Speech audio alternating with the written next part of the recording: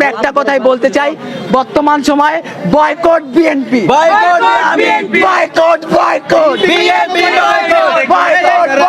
নির্বাচনের পূর্বে তারা যেভাবে জনসম্মুখে মানুষ হত্যা করেছে, তারা যদি ক্ষমতায় আসে তারা কি করতে পারবে? এ তো আওয়ামী লীগের থেকেও ফ্যাসিস্ট। আমরা আওয়ামী লীগ ঘৃণা করেছি, আওয়ামী লীগ আমরা ঘৃণা করেছি না, আওয়ামী লীগের থেকে এরা ফ্যাসিস্ট।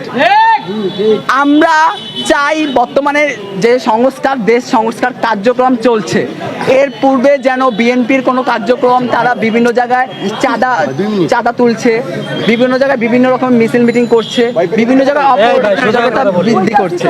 আমরা চাই না, আমরা চাই বর্তমানে তারা যেন তাদের এসব কার্যক্রম অফ রাখুক।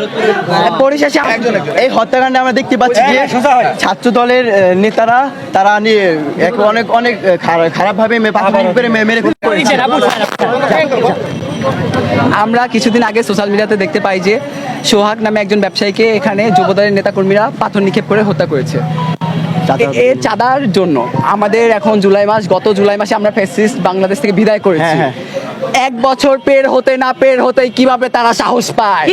কিভাবে 1 বছর পার হলো না ঠিকভাবে, এই জনসম্মুখে পাথর নিক্ষেপ করে হত্যা করেছে। এত অনেক সাহস। তারা বলে নির্বাচন চাই, নির্বাচন